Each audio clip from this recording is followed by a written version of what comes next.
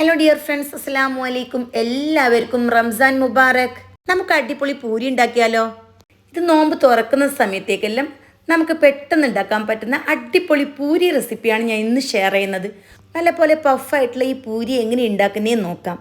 ഇതിന് വേണ്ടി ഞാനിവിടെ 1/2 കിലോ ഗോതമ്പ് മാവ്, പിന്നെ 150 ഗ്രാം മൈദ, ഇത് രണ്ടുമാണ് എടുത്തിട്ടുള്ളത്. രണ്ടും ഒരു പാത്രത്തിലേക്ക് ചേർത്തതിന് ശേഷം 2 ടേബിൾ സ്പൂൺ നെയ്യ് നല്ലപോലെ മെൽറ്റാക്കിയതിന് ശേഷം ഇതിലേക്ക് ഒഴിച്ചു കൊടുക്കണം. ഇനി കൈകൊണ്ട് നന്നായിട്ട് പുട്ടിൻ്റെ പൊടിയൊക്കെ നനച്ചെടുക്കുന്നില്ലേ, അതുപോലെ തിരുമ്മിയെടുക്കണം.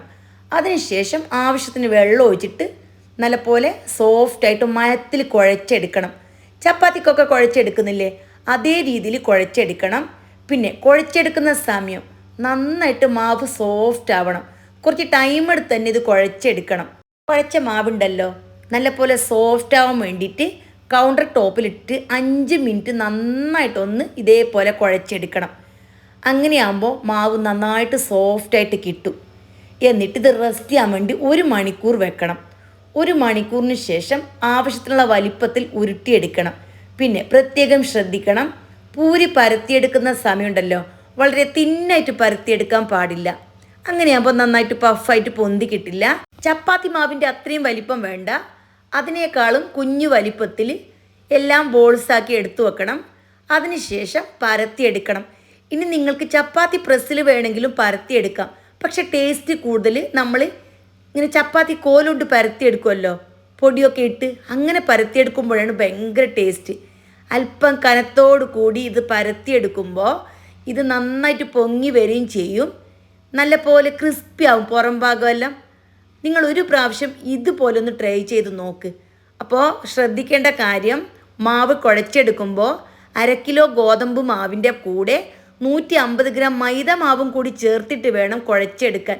അപ്പോൾ നമുക്ക് റെസ്റ്റോറൻറ്റിലും കിട്ടുമല്ലോ, അതേ ടേസ്റ്റുള്ള പൂരി തന്നെ കിട്ടും. കൂടുതൽ പൂരിയൊക്കെ ഉണ്ടെങ്കിൽ ഇങ്ങനെ പരത്തി കൗണ്ടർ ടോപ്പിലിട്ടിട്ട് അതിൻ്റെ മുകളിൽ ഒരു തുണി വിരിച്ചു കൊടുത്താൽ മതി, അല്പം ഒരു നനവുള്ളത്. അങ്ങനെയാകുമ്പോൾ എന്താവും അറിയോ, ഇതൊന്നും ഡ്രൈ ആവാണ്ട് കിട്ടും. ഇനി നമുക്കിത് ചുട്ടെടുക്കാം. ഒരു കുഴിയുള്ള പാത്രത്തിൽ ഓയിൽ ഒഴിച്ചു കൊടുക്കണം. വട്ടം കുറഞ്ഞ പാത്രമാകുമ്പോൾ നന്നായിട്ട് മുങ്ങി കിട്ടും. എന്നിട്ട് നല്ലപോലെ ചൂടായി കഴിഞ്ഞാൽ മീഡിയം തീയാക്കി കൊടുത്ത് ഓരോ പൂരിയും നമുക്ക് ചുട്ടെടുക്കാം. ഇത് ഓയിലിടുന്ന സമയത്ത് തന്നെ പെട്ടെന്ന് പൊങ്ങി വരും. പൊങ്ങി വന്നില്ല എങ്കിൽ മുകളിലേക്ക് ഇങ്ങനെ എണ്ണ ഒന്ന് കോരി ഒഴിച്ചു കൊടുത്താൽ മതി. എന്നിട്ട് ഒരു 10-20 സെക്കൻഡ് കഴിയുമ്പോൾ നമുക്ക് തിരിച്ചിട്ട് കൊടുക്കാം. ഇതാ ഇവിടെ പഫായിട്ടുള്ള പൂരി റെഡി ആയിട്ടുണ്ട്. ബാക്കിയുള്ളതും നമുക്ക് ഇതേപോലെ തന്നെ ചുട്ടെടുക്കാം. അപ്പോൾ പൂരിയിൽ ശ്രദ്ധിക്കേണ്ട കുറച്ച് കാര്യങ്ങളുണ്ട്. ആദ്യം കുഴച്ചെടുക്കുന്ന സമയം നല്ല മയത്തിൽ കുഴച്ചെടുക്കണം.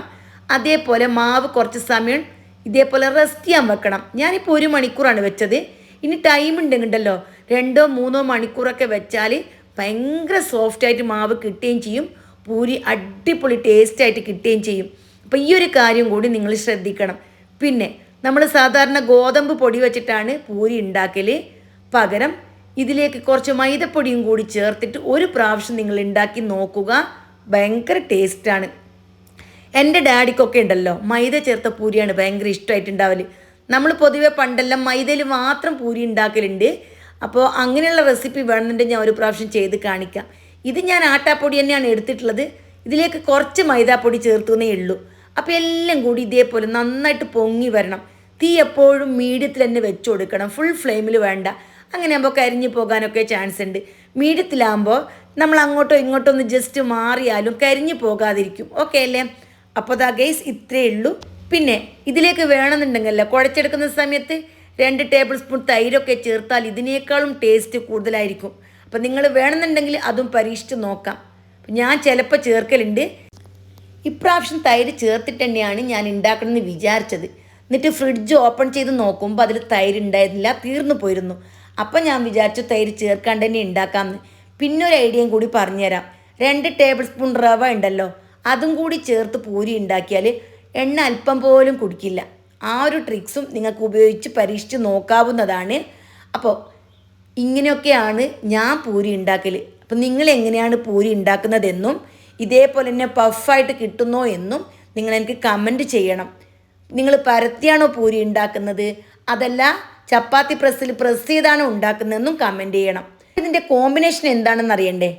അടിപൊളി ഉരുളക്കിഴങ്ങിൻ്റെ ബാജി, അല്ലേന്നുണ്ടെങ്കിൽ വെളുത്ത കടല ഉണ്ടല്ലോ അതിൻ്റെ മസാല, പിന്നെ ബീഫ് കറിയും ചിക്കൻ കറിയും ഒക്കെ നമുക്ക് ഉണ്ടാക്കി കഴിച്ചാലും ടേസ്റ്റ് തന്നെയാണ്.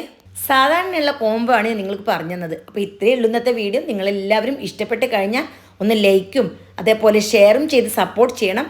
അതേപോലെ ഹൈപ്പ് എന്നൊരു ഓപ്ഷൻ ഉണ്ടല്ലോ, അതും കൂടി എനേബിൾ ചെയ്യണം. അപ്പോൾ വീണ്ടും കാണാം. Bye bye.